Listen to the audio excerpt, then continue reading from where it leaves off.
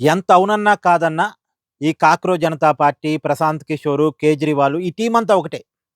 ఒకే ఆలోచన విధానం ఉన్నవాళ్ళు. ఒకే రకమైన భావజాలానికి కనెక్ట్ అయిన వాళ్ళు. ఎక్కడో చోట వీళ్ళందరికీ ఒక కనెక్షన్ ఉంటది.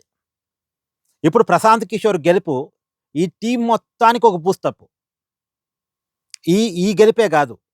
ఈ జంతర్ మంతర్ పోరాటం, జంజీలు వీళ్ళ వెనకాల ర్యాలీ కావటం, కాక్రోజుల వెనకాల.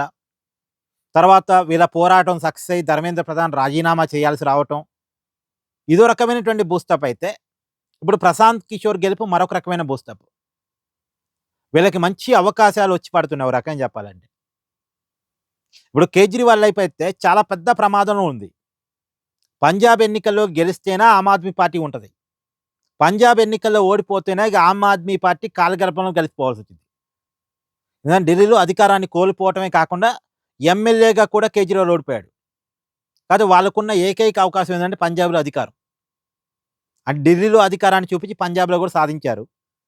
పంజాబ్‌లో నిజానికి ఆమ్ ఆద్మీ పార్టీ ప్రభుత్వం మీద వ్యతిరేకత గట్టిగానే ఉంది. కానీ ఆ వ్యతిరేకతను అధిగమించటానికి వరుస విజయాలు పనికొస్తాయి. యాంటీ బీజేపీ శక్తులకు ఊతమివ్వటానికి, మళ్ళీ యాంటీ బీజేపీని రాజేయటానికి ఈ అంశాలన్నీ పనికొస్తాయి. అయితే మీరనొచ్చు, పంజాబ్‌లో గూడా యువతరం ఆమ్ ఆద్మీ పార్టీకి వ్యతిరేకంగా ఆందోళన చేస్తుంది గదా! నిజమే. కొంత అక్కడ యువతరం, అక్కడ పేపర్ లీకేజీల మీద అక్కడున్న ఆమ్ ఆద్మీ ప్రభుత్వానికి వ్యతిరేకంగా పంజాబ్‌లో ఆందోళన చేస్తున్నారు. చేస్తున్నప్పటికీ కూడా ఈ యువత ఆమ్ ఆద్మీ పార్టీకి వ్యతిరేకంగా ర్యాలీ ఇప్పుడవుతున్నారు.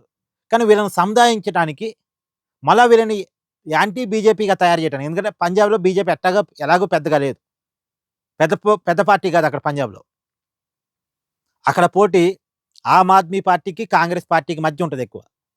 శిరోమణి అకాలీదళ్ ఇక థర్డ్ ప్లేస్. ఒకప్పుడు శిరోమణి అకాలీదళ్ కూడా పెద్ద పార్టీ అయినప్పుడు కూడా కొద్దిగా పార్టీకి బలం తగ్గింది. సో, అక్కడ మేజర్‌గా కాంగ్రెస్ పార్టీకి, ఆమ్ ఆద్మీ పార్టీకి మధ్య పోటీ ఉంటది. శిరోమణి అకాలీదళ్, బీజేపీ అనేది థర్డ్ ప్లేస్‌లో ఉండే పార్టీలు.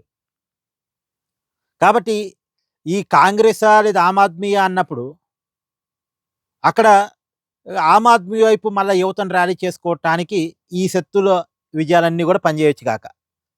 సో, ఏది ఏమైనా కేజ్రీవాల్‌కి మళ్ళొక ఉపశమనం. ఒక ఆశ. పంజాబ్‌లో అధికారాన్ని కాపాడుకోగలను అనటానికి ఒక ఆశ. వచ్చే సంవత్సరం ఎన్నికలు.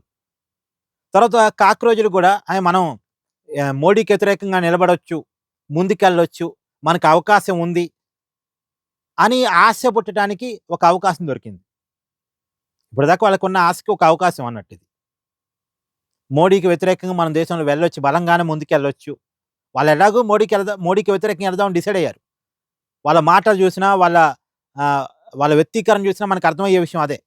వాళ్ళు మోడీని అటాక్ చేయడానికి, మోడీని ఢీకొట్టడానికి, మోడీకి వ్యతిరేకంగా యువతను గ్యాదర్ చేయడానికి డిసైడ్ అయ్యి వచ్చినోళ్ళే రాజకీయాల్లోకి. వాళ్ళ ఆలోచన విధానమే అది. సో, వాళ్ళకి ఇదో రకమైన అవకాశం. ప్రశాంత్ కిషోర్‌కి ఏందంటే అతనికి ఏదో పొలిటికల్ ఆశలున్నాయి. అందుకే పార్టీ పెట్టాడు గానీ క్లిక్ గాలే. కానీ ఇప్పుడు ఎమ్మెల్యేగా గెలుపు ఒక మంచి బూస్టప్ అతనికి. సో, మొత్తానికి ఈ టీమ్ అంతా కూడా కొంత మళ్ళా రీగ్యాదర్ అయ్యి కొంత ఫోర్సబుల్‌గా ముందుకెళ్ళటానికి మంచి బూస్టప్ వచ్చిందని చెప్పుకోవచ్చు.